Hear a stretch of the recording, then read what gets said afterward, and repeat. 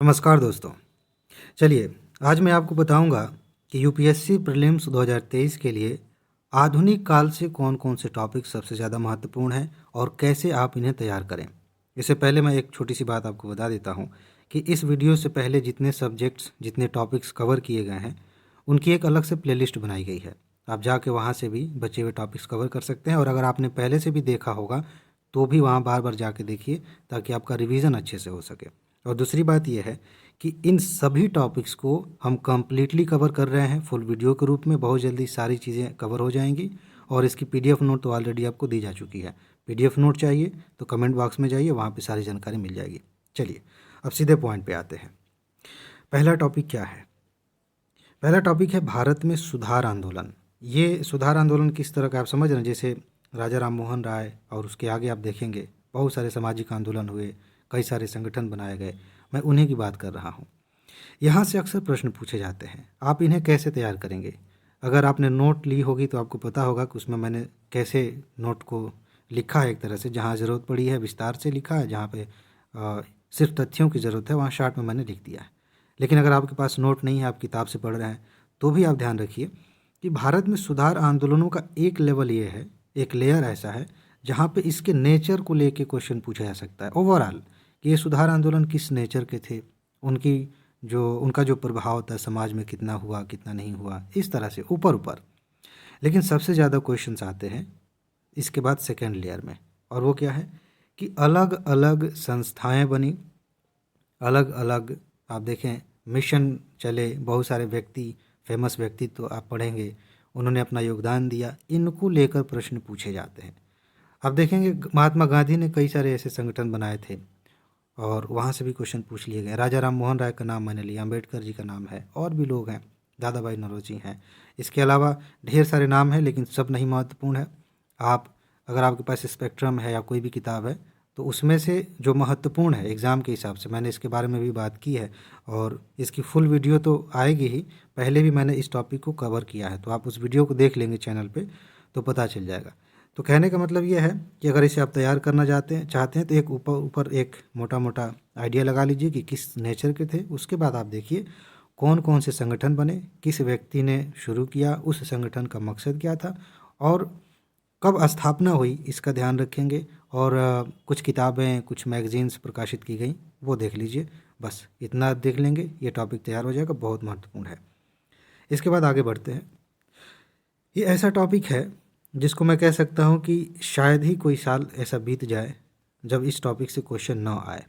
बहुत ज़्यादा महत्वपूर्ण है और बड़ी खूबसूरती से इसको कवर किया गया। इसकी भी वीडियो चैनल पे आपको मिल जाएगी, पीडीएफ भी है। इसको आप कैसे कवर करेंगे? जैसे आप देखते हैं कि कुछ आयोग बनाए गए थे, कुछ कानून बनाए गए थे, कानूनों में कुछ प्रावधान थे, बीच बीच में घुस के कभी यूपीएससी पूछ लेती है। जैसे हंटर कमीशन के बारे में, वुड डिस्पैच के बारे में क्वेश्चन आ गया। तो आप इसे कैसे देखें, ध्यान रखिएगा। इस टॉपिक को तैयार करने के लिए दो तीन बातें ध्यान रखनी है।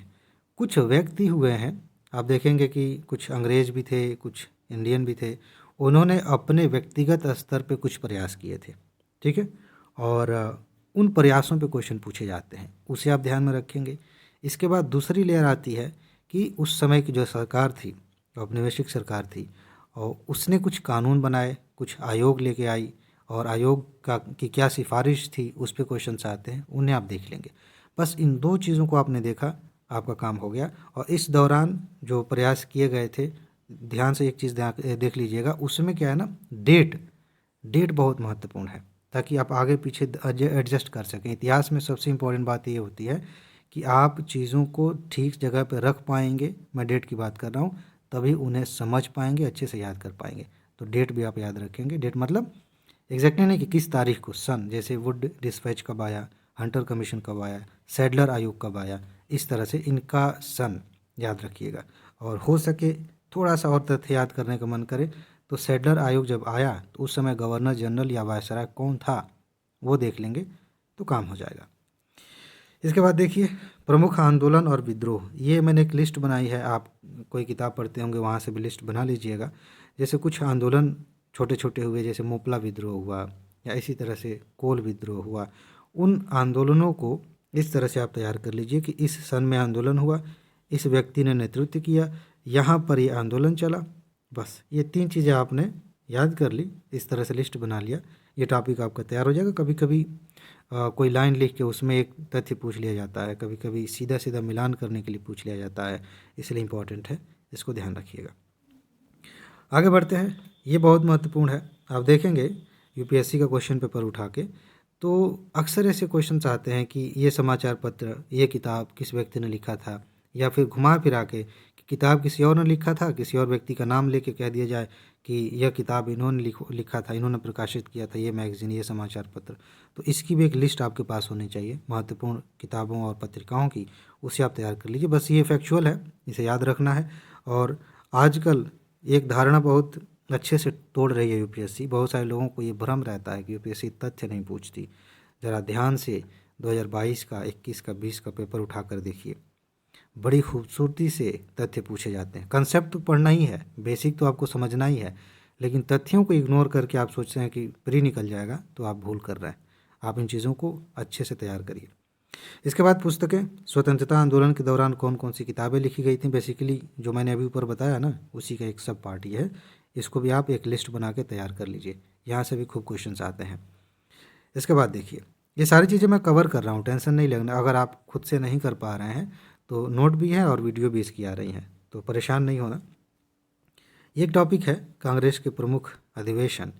इसमें क्या है कि वैसे तो बहुत सारे अधिवेशन हुए, लगभग हर साल होते थे, सब नहीं महत्वपूर्ण है। किसी किसी अधिवेशन में आंदोलन से संबंधित कोई बड़ी घटना हो जाती थी, और वो घटना महत्वपूर्ण है यूपीएससी के लिए, हमारे इतिहास के लिए, उस पर क्वेश्चंस पूछे जाते हैं। जैसे कोलकाता अधिवेशन हुआ था, ठीक है, और बेलगांव अधिवेशन हुआ था, हरिपुरा अधिवेशन हुआ था, तो वहाँ कुछ महत्वपूर्ण घटनाएं निकली। उस चीज़ को ध्यान में रखते हुए उसके आसपास के तथ्यों को हमें याद करना होता है। और क्या याद करना है, यह अधिवेशन कब हुआ, यह मतलब जो महत्वपूर्ण वाला है, ठीक है, उस समय अध्यक्ष कौन थे और उसका आउटपुट क्या निकला, बस इतना ही ध्यान रखेंगे। कहीं में आप देखेंगे कि पहली बार जनगण मन गाया गया, कहीं स्वदेशी शब्द का इस्तेमाल किया गया, कहीं किसी आंदोलन की घोषणा की गई, ये महत्वपूर्ण चीज़ें हैं। तो इस तरह से आप याद कर लेंगे, आपका काम हो जाएगा। इसके बाद से भू राजस्व व्यवस्था पे कई बार क्वेश्चंस पूछे गए हैं। भू राजस्व व्यवस्था का मतलब अंग्रेज़ों ने ज़मीन से एक तरह से टैक्स लेने की व्यवस्था की थी। जमींदारी व्यवस्था, महालवाड़ी, ये सब आपने सुना होगा, रैयतवाड़ी सुना होगा। तो इसे आप सिंपल, बड़ी खूबसूरत वीडियो इसकी है, सिंपल तरीके से आप तैयार कर लेंगे कि जैसे मान लेते हैं जमींदारी व्यवस्था, तो जमींदारी व्यवस्था किसने लागू की और इसमें कौन कौन से प्रावधान थे, बस इतना ही। तीनों को लेकर के, जमींदारी, मालवाड़ी, रैयतवाड़ी, और हाँ एक और चीज़, इसका क्षेत्र, भारत में किस जगह पर ये व्यवस्था लागू की गई थी, महत्वपूर्ण है। इसको लेकर यूपीएससी घुमा सकती है। बस इतना ही तैयार कर लेंगे, आपका टॉपिक तैयार हो गया। ठीक, अब देखिए, अगर आपने पढ़ा हुआ है पहले से टॉपिक्स को, तो आपके लिए ये रिवीजन है। जैसे मैंने कहा कि जमींदारी व्यवस्था कहाँ पे लागू हुई, अगर आपने पढ़ा है, ध्यान में नहीं आ रहा है, तुरंत ये दिमाग में क्लिक करेगा कि ये तो भूल रहा है, हमने तो इस पर ध्यान नहीं दिया। तो बेसिकली ये रिवीजन है और ख़ुद को जांचने का एक तरीका है कि कहाँ कहाँ पे हम भूल सकते हैं, कहाँ कहाँ ध्यान नहीं जा रहा है। तो एग्ज़ाम से पहले बार बार इसको देखेंगे, आपकी तैयारी बहुत अच्छी हो जाएगी। और ये देखिए, ये कमाल की चीज़ लिखी है मैंने, अगर आप किताब में देखने जाएंगे तो कंफ्यूज हो जाएंगे। मैंने अपने हिसाब से लिखा है कि 1940 से लेकर 47 तक क्या हुआ है। 1940 से 47 के बीच में यह जो टाइम पीरियड है ना, बड़ा ही डेंस है, बड़ा ही इम्पोर्टेंट है घटनाओं के लिहाज से, और यहाँ से खूब क्वेश्चंस पूछे जाते हैं। लगभग आप देख सकते हैं 2-3 साल में एक क्वेश्चन यहाँ से आ ही जाता है। अभी हाल ही में जो एग्ज़ाम हुआ उसमें भी आप देख सकते हैं। इसमें क्या देखना है, जैसे कांग्रेस की सरकार बनी थी, कांग्रेस की सरकार मतलब उस समय जो सरकार बनी थी, तो 1939 के आसपास इस्तीफा दिया गया और वहाँ से दोबारा से आंदोलन एक नए रूप में सामने आने लगा। ठीक है, वहाँ से लेकर कई सारे कमीशन आए। वो सेकेंड वर्ल्ड वार शुरू हो चुका है, जो अंग्रेज औपनिवेशिक सरकार है उनकी मुश्किलें बढ़ रही हैं, तो भारतीय सपोर्ट भी चाहते हैं, तो कई सारे कमीशन भेजे गए, कई सारे प्रस्ताव आए। आपने अगस्त प्रस्ताव के नाम सुना होगा, माउंटबेटन योजना बाद में आई, क्रिप्स मिशन आपने सुना होगा। ये सारी घटनाएं इसी टाइम पीरियड की हैं। इसी बीच भारत छोड़ो आंदोलन चल रहा है, सैनिकों ने विद्रोह कर दिया है, सुभाष चंद्र बोस जी ने उधर से आंदोलन कर दिया है, एक तरह से विद्रोह कर दिया है या युद्ध छेड़ दिया है अंग्रेज़ों के खिलाफ। ये सारी घटनाएं इसी बीच हो रही हैं। तो इस टाइम पीरियड की घटनाओं को आप बहुत अच्छे से तैयार करिए। और इसकी भी पीडीएफ नोट है। देखिए, मैं प्रमोशन नहीं कर रहा हूँ कि बार बार कह रहा हूँ पीडीएफ नोट है, यहाँ पे मैं सुविधा के लिए बता रहा हूँ कि इसकी नोट तो है ही, इसकी वीडियो भी आपको चैनल पे सेपरेट अलग से मिल जाएगी। बाकी जब फुल वीडियो आ रही है सेकेंड पार्ट में मेरे ख्याल से ये कवर किया जाएगा हिस्ट्री के, तो वहाँ पे आपको दोबारा से मिल जाएगा। ठीक है जी, इस रूप में इसको कवर कर लीजिए, आपका काम हो जाएगा। यहाँ भी एक तथ्य यूपीएससी मेरे ख्याल से 2021 में पूछ लिया था कि इस तारीख को क्या हुआ था। उस समय भारत छोड़ो आंदोलन की घोषणा हुई थी, तो इस बीच का टाइम पीरियड बहुत महत्वपूर्ण है। बाकी मालाबार या मोपला विद्रोह ये अक्सर करंट अफेयर में रहा है कई सालों से, पिछले 2-3 सालों से, कई कारणों से, तो इसे आप अच्छे से तैयार करिए। कई बार क्या होता है कि जैसे चंपारण सत्याग्रह पे यूपीएससी ने 2018, 19, 20 के आसपास 2 या 3 क्वेश्चंस पूछे थे। तो कंसेप्चुअल क्वेश्चन भी इस पे आ सकता है कि मोपला विद्रोह, मालाबार विद्रोह क्यों हुआ, उसका बेसिक क्या है। ठीक है, उस बेस पर क्वेश्चन पूछा जा सकता है, जो कारण है ना उस पे। इसके बाद से कांग्रेस का रवैया कैसा रहा, महात्मा गांधी जैसे जो बड़े नेता थे उनका क्या एक तरह से कहें कि मत रहा इसको लेके, क्योंकि आप देखेंगे शुरू में सपोर्ट कर रहे हैं, बाद में छोड़ रहे हैं, क्या कारण है। और कुछ विद्रोही नेता इसमें रहे हैं, उनको आप देख लेंगे। बस इतना देख लेंगे, क्षेत्र किस जगह पे विद्रोह हुआ था उसे देख लेंगे, आपका काम हो जाएगा।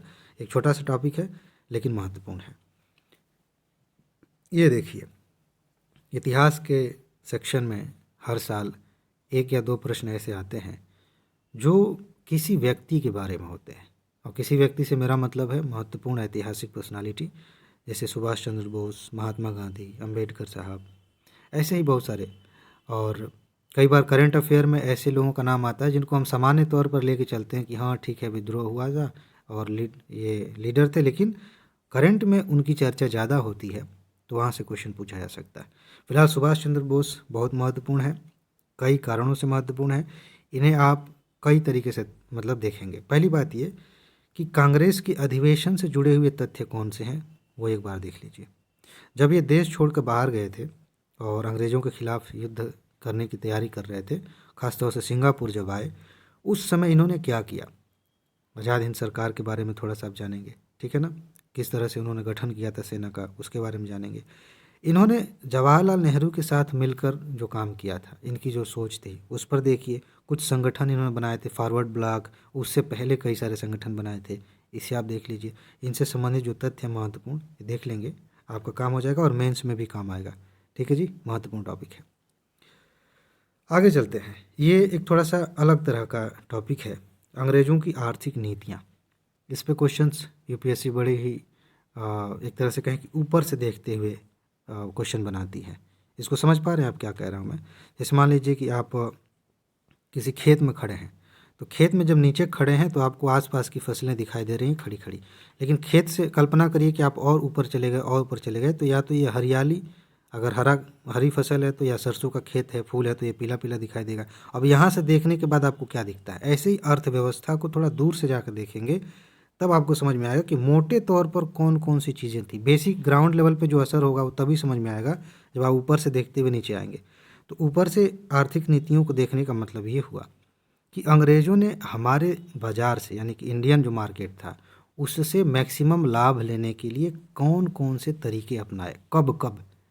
आप पढ़ते हैं, बहुत डिटेल में पढ़ेंगे तो पता चलेगा कि जो औद्योगिक क्रांति आई थी उस समय इंग्लैंड में, उसमें भी हमारा रोल बहुत ज़्यादा था। हमारे यहाँ से कच्चा माल, आप देखें एनसीईआरटी पढ़ें, यहाँ से लकड़ी, बांस, यहाँ ये सब चीज़ें जाती थी। कोयला वगैरह तो ठीक है, वो तो जाता ही था, ठीक है ना। तो बहुत सारी चीज़ें यहाँ से जाती थी रॉ मटेरियल के तौर पे, कपास वगैरह तो है ही। तो आर्थिक नीतियाँ कहने से अर्थ यह है कि अंग्रेज़ों ने भारतीय मार्केट का शोषण करने के लिए कौन कौन से तरीके अपनाए, और इसके कई सारे फेजेज़ हैं, मेरे ख्याल से 3 चरण हैं, ये नोट में है। तो उसको आप इसी रूप में देखेंगे, और किस तरह से भारतीय कृषि पर इसका असर पड़ा, भारत के छोटे उद्योगों पर इसका असर पड़ा ये आप देखेंगे। आपका ये टॉपिक तैयार हो जाएगा, बड़ा ही खूबसूरत है, और इससे आपकी एक बहुत ही शानदार अंडरस्टैंडिंग बनेगी इंटरव्यू के लिए, मेंस के लिए। खैर, मेंस की बात हम जब करेंगे तो बहुत विस्तार से बात करूँगा इसमें। स्वदेशी आंदोलन के बारे में आप बस 3 चीज़ें देखिए। यह आंदोलन कब हुआ, इस आंदोलन का कारण क्या था, इसके दौरान क्या घटनाएं घटी, कौन कौन से पत्र पत्रिकाएं और संगठन बनाए गए, मतलब पत्र पत्रिकाएं छपी, संगठन बनाए गए, और आंदोलन कब खत्म हुआ। बस इतना देख लेंगे, आपका काम हो जाएगा। लेकिन 2011 से 15 या 16 के बीच में यूपीएससी ने इस पर जो क्वेश्चंस पूछे हैं, आप देखेंगे कई क्वेश्चन हैं, तो कांग्रेस का जो विभाजन है उसमें एक छोटा सा एंगल ये भी था, ठीक है ना। तो कांग्रेस के विभाजन में जो मतभेद हो रहा है, गरम दल नरम दल, उसको भी थोड़ा सा जोड़ के देखिए कि इससे मुद्दे निकल के आ रहा है, ठीक है ना। तो वो भी टॉपिक आपका एक तरह से तैयार हो जाएगा। इस रूप में इसको तैयार करिए, आपका टॉपिक हो गया। बढ़िया। रॉलेट एक्ट महत्वपूर्ण है, सिंपल सी बात है, इसमें यही देखना है कि ये कब आया और इसमें क्या क्या प्रावधान किए गए थे, हो गया। इसके बाद और भी चीज़ें हैं, इसीलिए मैं बस इतनी बात कर रहा हूँ। इसके बाद देखेंगे जलियांवाला बाग कांड हो जाता है। एक बात ध्यान रखिएगा, आगे मैं कहीं बताया हूँ, कालक्रम घटनाओं की सीरीज़ जब तक आपको नहीं पता है तब तक दिक्कत हो सकती है। जलियांवाला बाग कांड कब हुआ, रॉलेट एक्ट कब आया, उसके पहले एक कानून आया था, तो इन सारी चीज़ों को आप अच्छे से समझेंगे। जलियांवाला बाग कांड क्यों हुआ, कारण डॉक्टर सत्यपाल, अगर आपने पढ़ा होगा तो समझ जाएंगे मैं किसकी बात कर रहा हूँ। क्यों लोग प्रदर्शन करने इकट्ठा हुए थे, कौन व्यक्ति था, ये तो आपको थोड़ा बहुत पता ही है। लेकिन उसके पहले जो रॉलेट सत्याग्रह चल रहा था उसका भी यहाँ पे योगदान देखेंगे। और इसके बाद कांड के बाद एक आयोग बनाया गया था, यहाँ भी एक हंटर शब्द, हंटर कमीशन, मैंने अभी शिक्षा वाले में बात की, यहाँ भी आप देखेंगे। तो हंटर कमीशन के बारे में जब भी आप क्वेश्चन पढ़ें तो एक बार ध्यान से समझ लें कि ये कौन वाला हंटर कमीशन की बात हो रही है, क्वेश्चन में साफ साफ संकेत मिल जाता। तो कमीशन बनाया गया था, अंग्रेज सरकार की ओर से भी बनाया गया और बाकायदा कांग्रेस ने भी एक कमीशन बनाया था इसकी जांच के लिए। उनके बारे में थोड़ा सा जान लेंगे, ये टॉपिक आपका तैयार हो जाएगा। और उसके बाद ये जो टॉपिक है बहुत ही महत्वपूर्ण टॉपिक है, यहाँ से क्वेश्चन आ सकता है।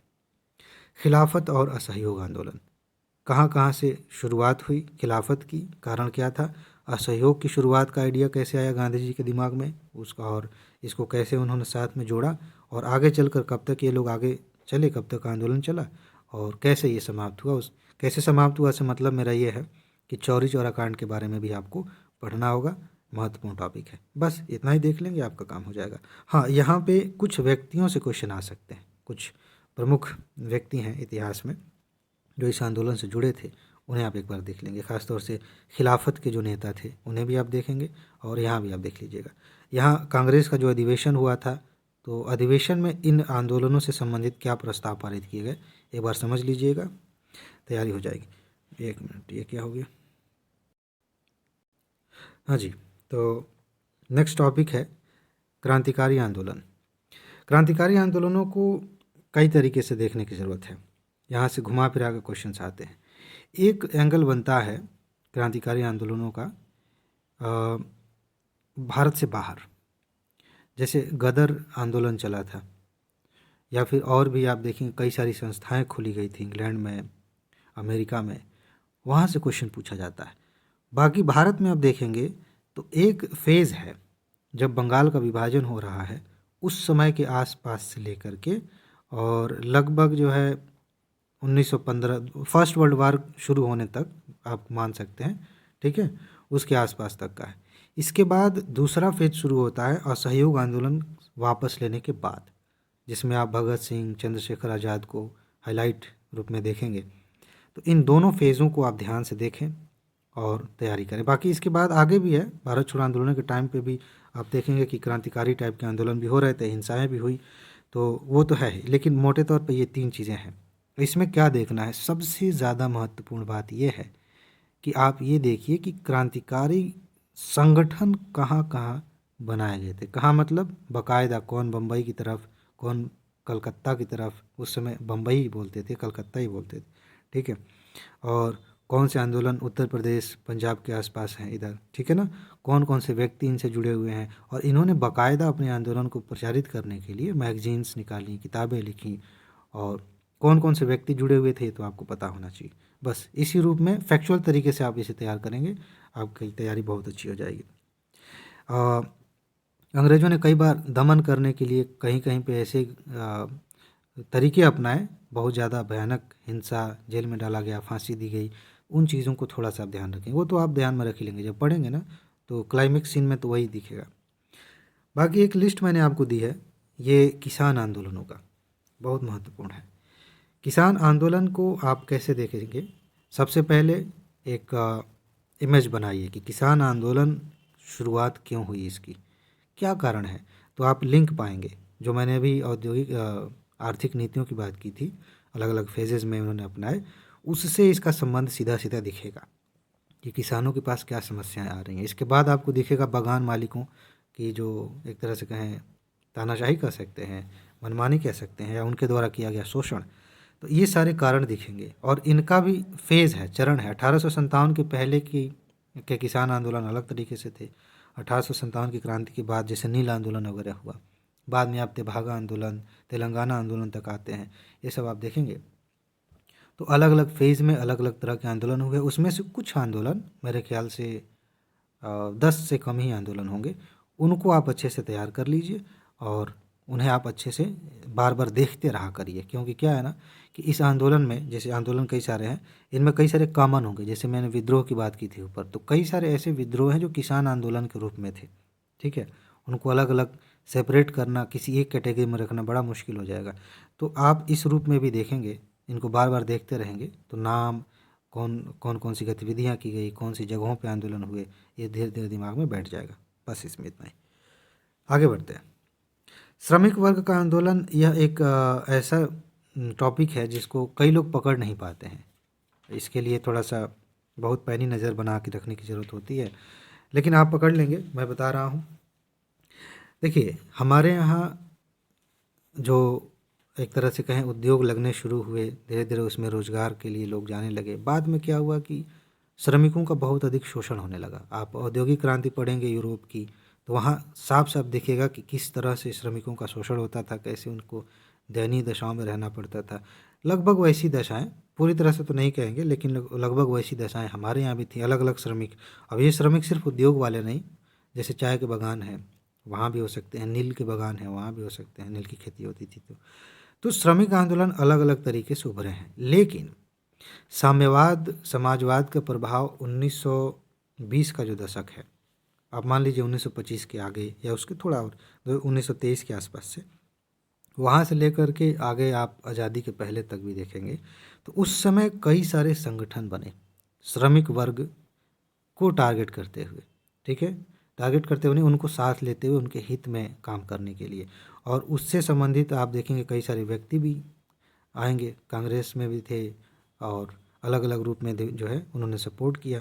तो इस कंसेप्ट को आपको समझना पड़ेगा, यहाँ फैक्चुअल चीज़ें काम नहीं आएंगी उतनी।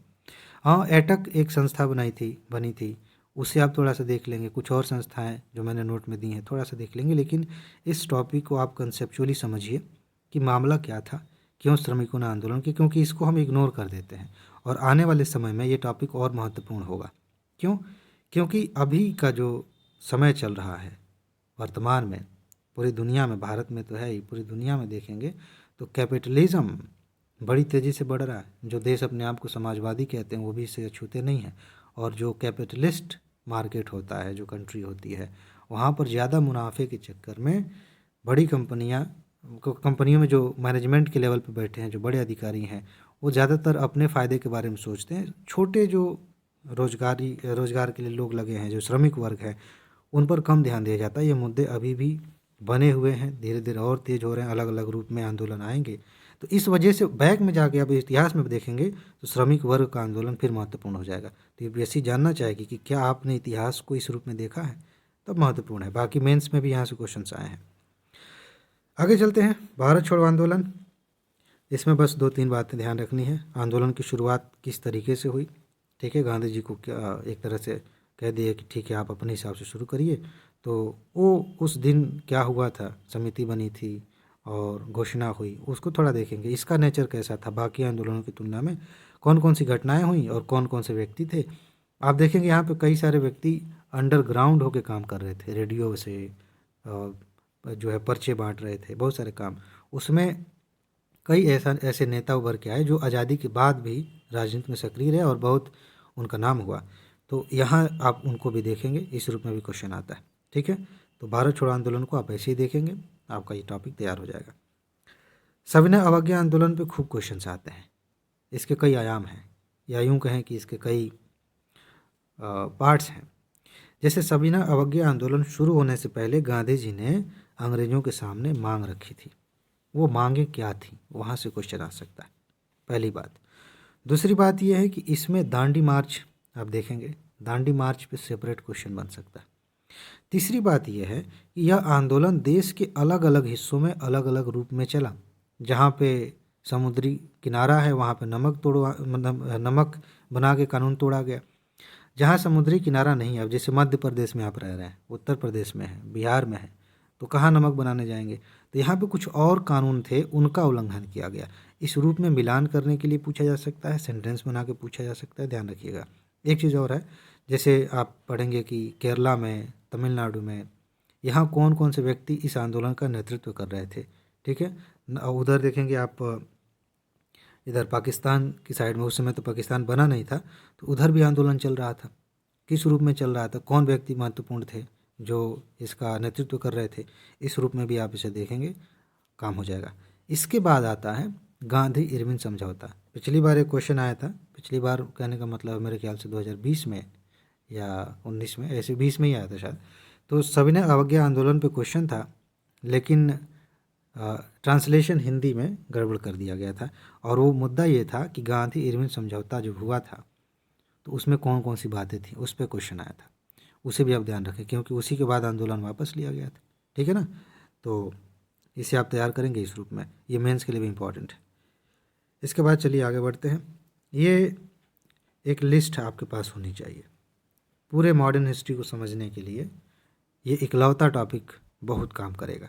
फैक्चुअली इम्पॉर्टेंट तो है ही, बहुत सारी घटनाएं कवर हो जाएंगी इसके तहत, लेकिन पूरा भारतीय इतिहास अगर समझना है आपको, मॉडर्न हिस्ट्री, तो इसके बहाने भी आप क्रम में चीज़ों को बिठा सकते हैं। कब कौन गवर्नर बना, कब कौन गवर्नर जनरल बना, कब कौन वायसराय बना, ये तो एक लाइन है, एक लेयर है।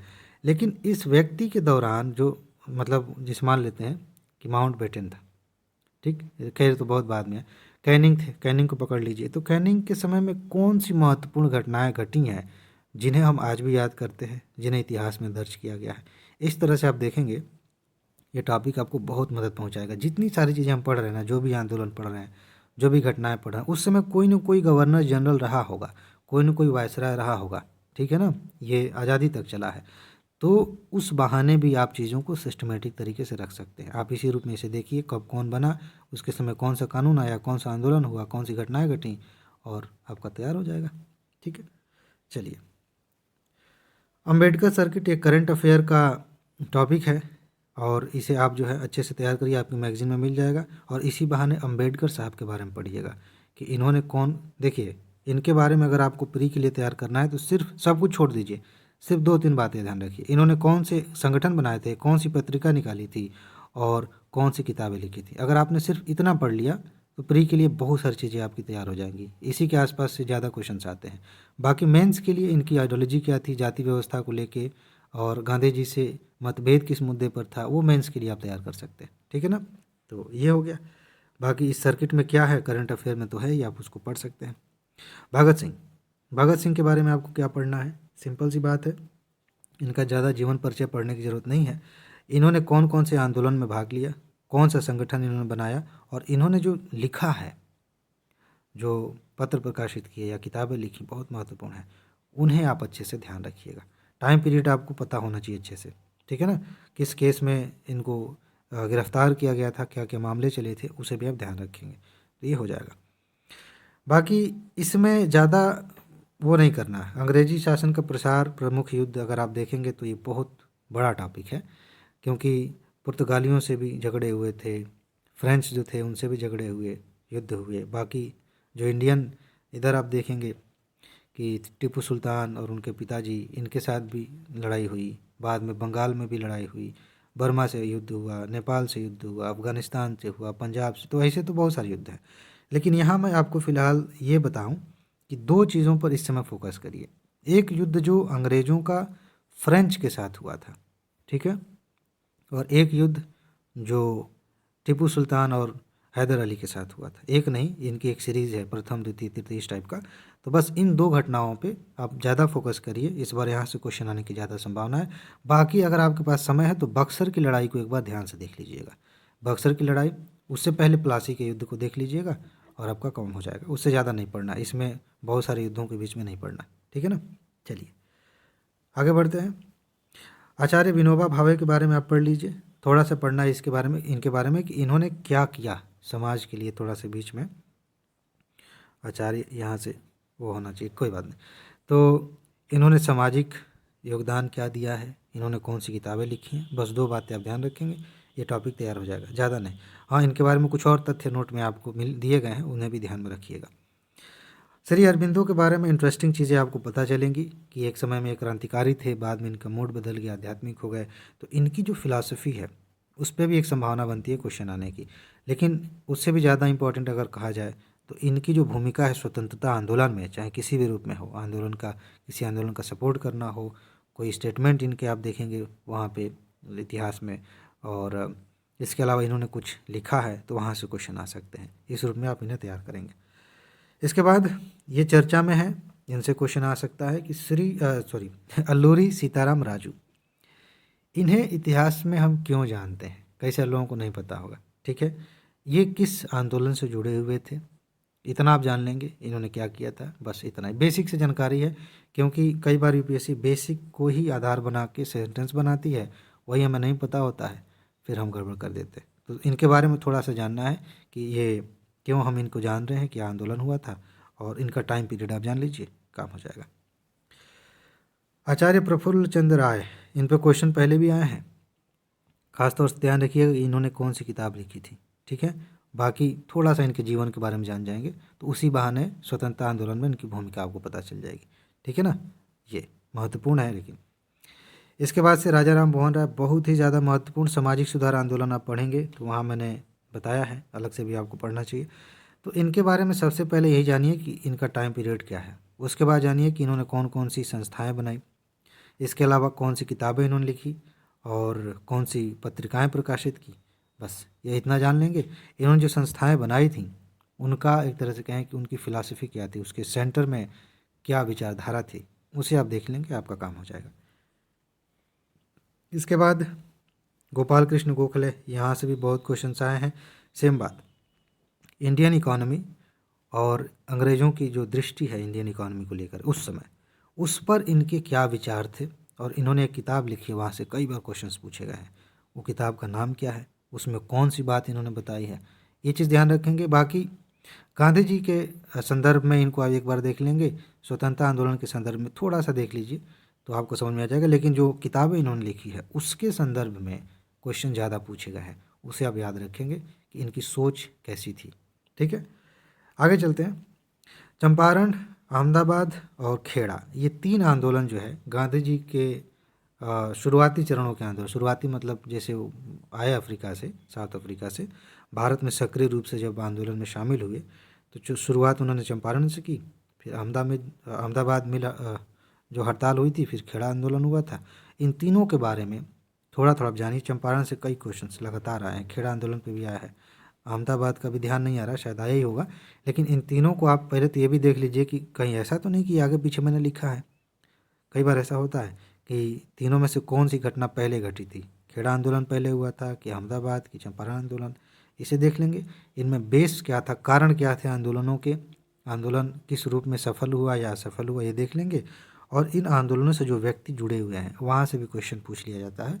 यूपीएससी ने भी पूछा है, पीसीएस में, जैसे पीसीएस में एक सिंपल सा क्वेश्चन पूछ लिया जाता है कि चंपारण आंदोलन के लिए गांधी जी को कोई व्यक्ति बुलाने आए थे, गेस करिए वो व्यक्ति कौन थे, उनके आग्रह पे गए थे वहाँ पे। ठीक है ना, तो इस रूप में व्यक्तियों को भी आप देख लेंगे। बाकी ये मैंने अलग से क्यों लिखा है, ये स्वतंत्रता आंदोलन के दौरान जो प्रमुख संगठन बनाए गए थे, बहुत सारे क्वेश्चंस, आप ज़्यादा पीछे मत जाइए, पिछले 5 सालों के क्वेश्चंस उठाइए।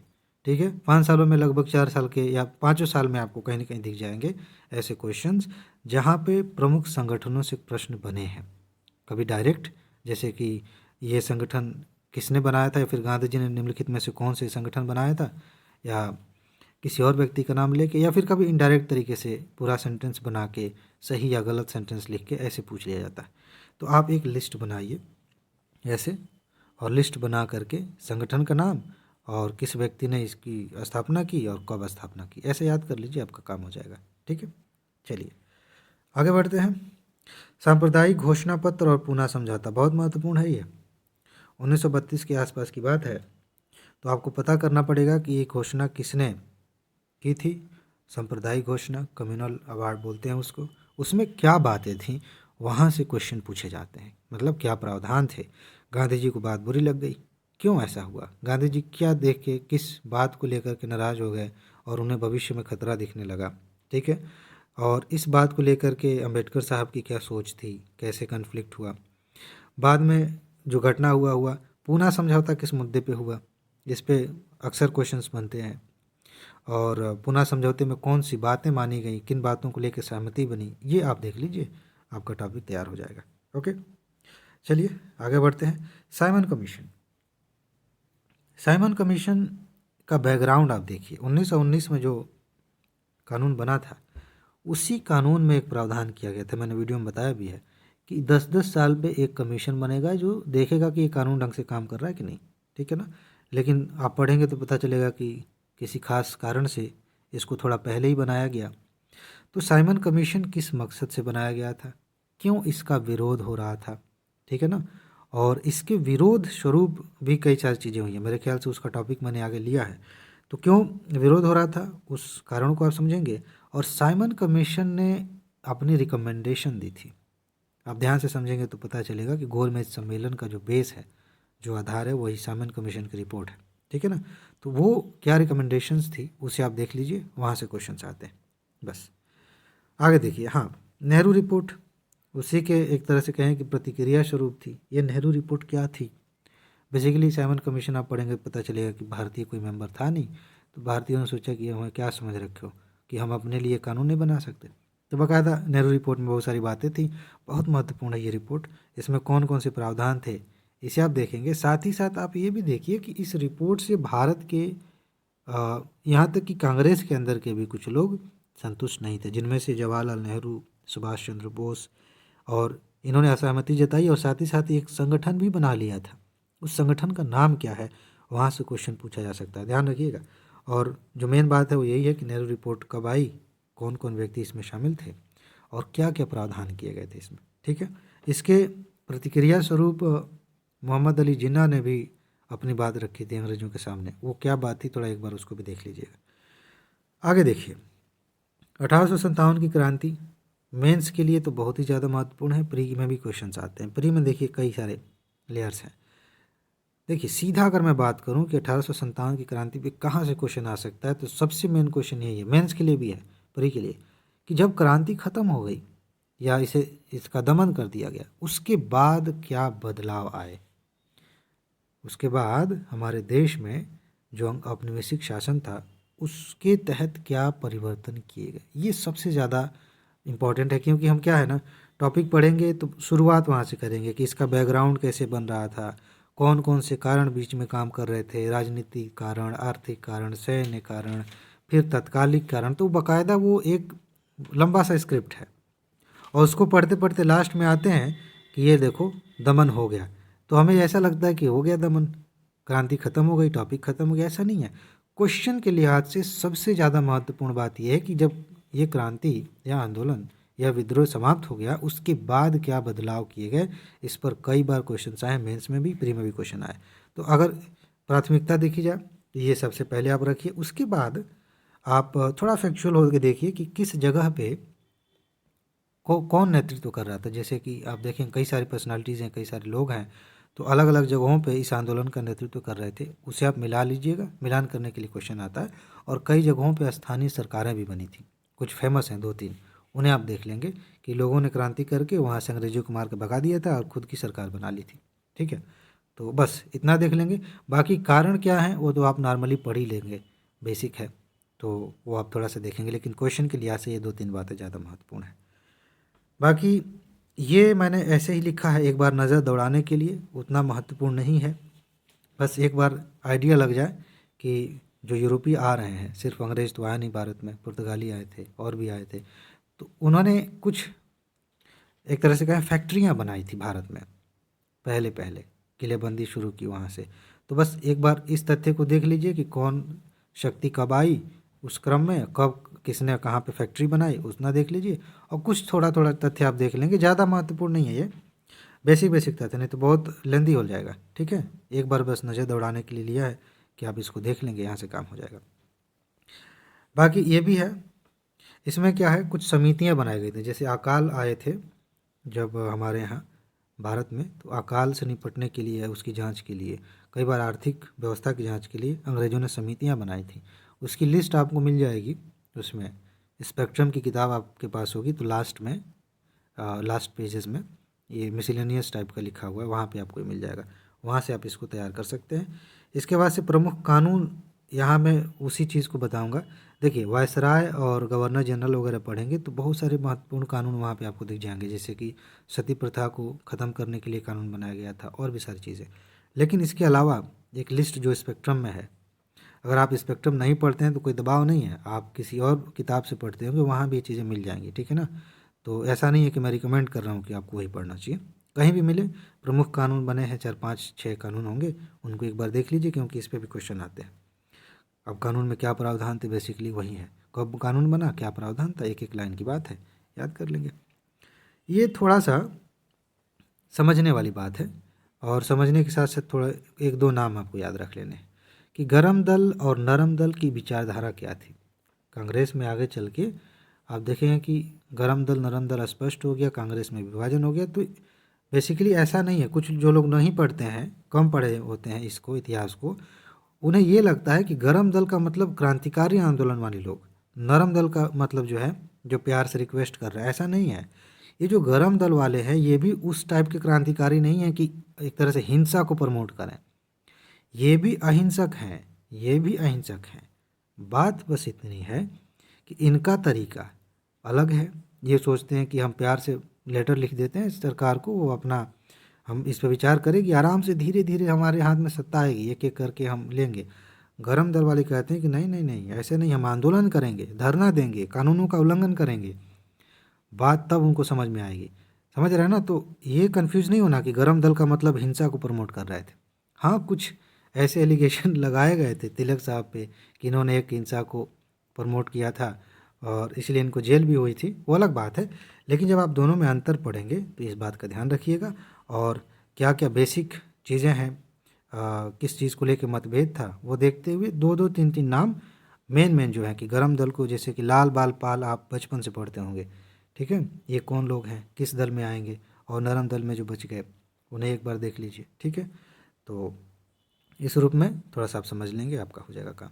बाकी मैंने ऊपर कहा था गोलमेज सम्मेलन को लेकर के, तो गोलमेज सम्मेलन में देखिए दो तीन बातें। पहला गोलमेज सम्मेलन कब हुआ, क्यों हुआ, ये तो आपको पता ही है। इसमें क्या आउटपुट निकला वो थोड़ा सा देख लेंगे। और किस गोलमेज सम्मेलन में कांग्रेस ने भाग लिया, तो बेसिकली कांग्रेस की तरफ से गांधी जी ने भाग लिया था, ये ध्यान रखेंगे। और उसमें क्या बातें हुई। तीसरा गोलमेज सम्मेलन कब हुआ और उसका आउटपुट क्या निकला, खास तौर से एक चीज़ ध्यान रखिएगा। जब मैं थोड़ा सा याद दिला देता हूँ आपको, आगे पढ़ाऊँगा भी, और इसकी वीडियो पहले भी आई है। जब सविनय अवज्ञा आंदोलन ख़त्म किया गया तो सहमति बनी थी कि हम गोलमेज सम्मेलन में भाग लेंगे। एक हो चुका था, दूसरा होना था, उसमें गांधी जी गए थे, ठीक है।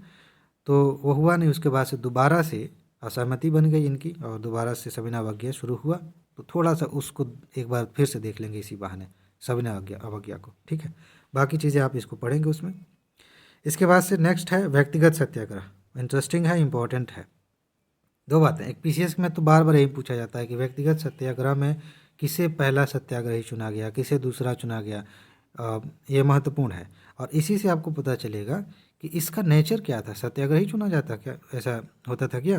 तो ये व्यक्तिगत सत्याग्रह को आप देखेंगे और कब शुरू हुआ, क्यों शुरू हुआ। इसकी शुरुआत सबसे इंटरेस्टिंग तो यही है कि व्यक्तिगत सत्याग्रह क्यों शुरू हुआ, इसके पीछे की सोच क्या थी, क्या प्लानिंग थी गांधी जी की और कांग्रेस की, वो आप देख लेंगे, आपका काम हो जाएगा, ठीक है जी। चलिए, और वो पीसीएस के लिए थोड़ा सा ध्यान रख लेंगे, वही दो नाम, किसको पहला किसको दूसरा चुना गया। होम रूल आंदोलन, यहाँ से तो खूब क्वेश्चन आए हैं। दो तीन बातें हैं। एक क्वेश्चन यूपीएससी ने पूछ लिया था, मेरे ख्याल से 2018 के आसपास की बात है। जब मैं कोई कहूँ तो, जब एग्जैक्टली कहता हूँ तो साफ साफ पता चल जाता है कि इसी साल आया था। जब 2018 के आसपास कह रहा हूँ तो इसका मतलब है कि 2017 भी हो सकता है, 2019 भी हो सकता है। तो यूपीएससी ने पूछ लिया था कि किस आंदोलन का नाम बदल के स्वराज सभा कर दिया गया था। बहुत कम लोग वहाँ तक पहुँचते हैं इस आंदोलन को देखते हुए, ठीक है ना। तो वो नोट में मैंने दिया है, उसको याद रखेंगे, एक तथ्य महत्वपूर्ण। बाकी वापस आते हैं। इसे कैसे तैयार करेंगे? सबसे पहली बात ये है कि होम रूल का मतलब क्या था? ये कहना क्या चाहते हैं? क्या होम रूल का मतलब ये है कि हमें पूरी आज़ादी दे दो, छोड़ के भाग जाओ यहाँ से? इसे आपको एकदम क्लियर कर लेना होगा, तभी आप बाकी चीज़ें समझ पाएंगे। और अगर यूपीएससी घुमाने की कोशिश करे तो आप समझ पाएंगे कि हाँ, यहाँ पे चाल चली गई है। दूसरी बात कि होम रूल आंदोलन भारत में दो चले थे, एक एनी बेसेंट के नेतृत्व में, एक तिलक जी के नेतृत्व में।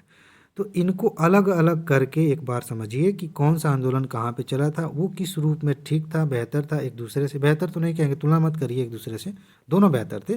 तुलना इस रूप में करिए कि कौन किस जगह पे चला, किसकी शाखाएं किस रूप में थी, और उनका आंदोलन करने का तरीका क्या था, नेचर क्या था, बस ये। कब तक चला, इसमें आप देखेंगे किसी की गिरफ्तारी भी होती है, फिर आंदोलन भी होते हैं, फिर उसके बाद से उनको छोड़ा भी जाता है, फिर आंदोलन वापस लिया जाता है। ये पूरा एक कहानी के तौर पे, मूवी के जैसे आप देखेंगे, बड़ा मज़ा आएगा।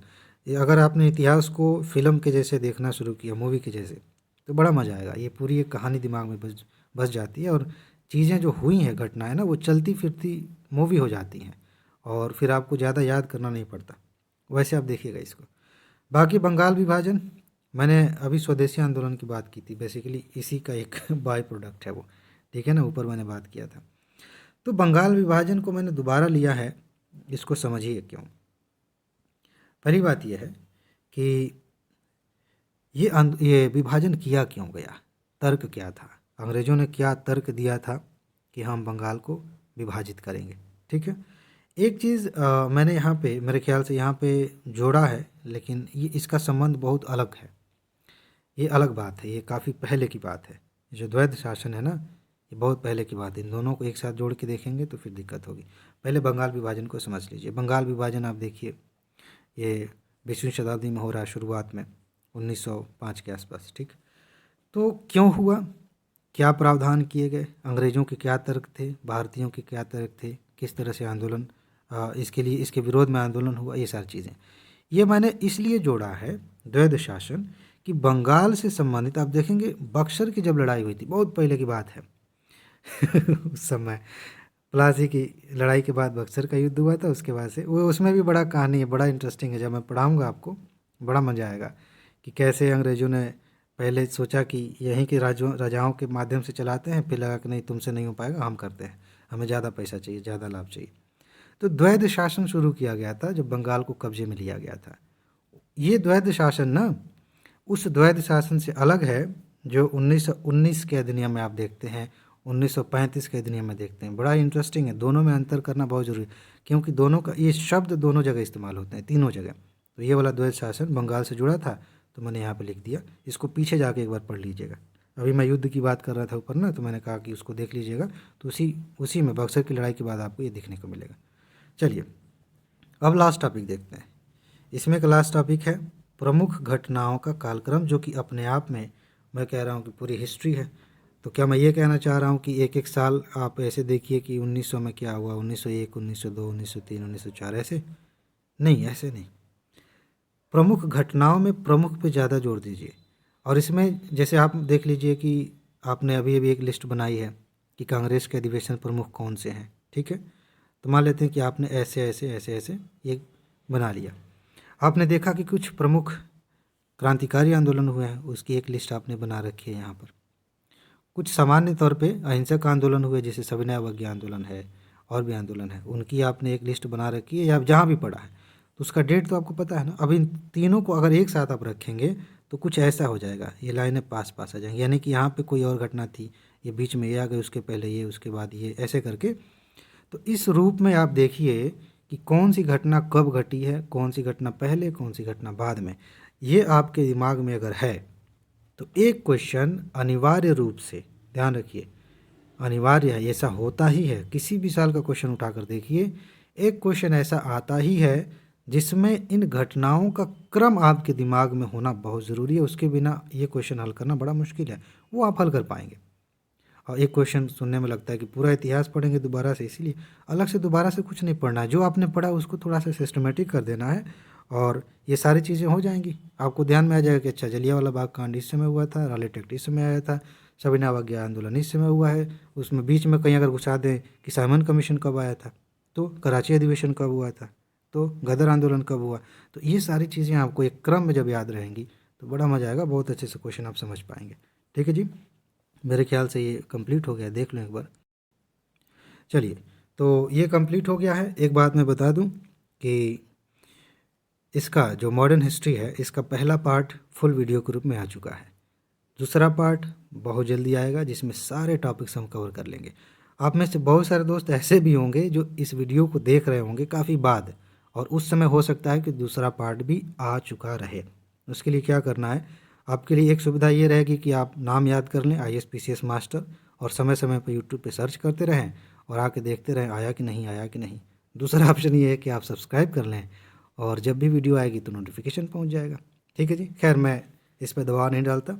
आपको इसका क्या लाभ मिल रहा है उससे आप खुद तय कर लेते हैं कि ये चैनल आपके काम का है कि नहीं। फ़िलहाल जो सबसे इम्पोर्टेंट बात है जिस पे मैं ज़ोर भी देता हूँ, और मैं चाहूँगा कि कुछ भी करें या ना करें, ये काम ज़रूर करें, वो ये है कि अपना ख्याल रखिए, खुश रहिए, मस्त रहिए, मुस्कुराते रहिए, जल्दी से सफल होइए और ज़िंदगी को एंजॉय करिए। आगे मिलते हैं। नमस्कार।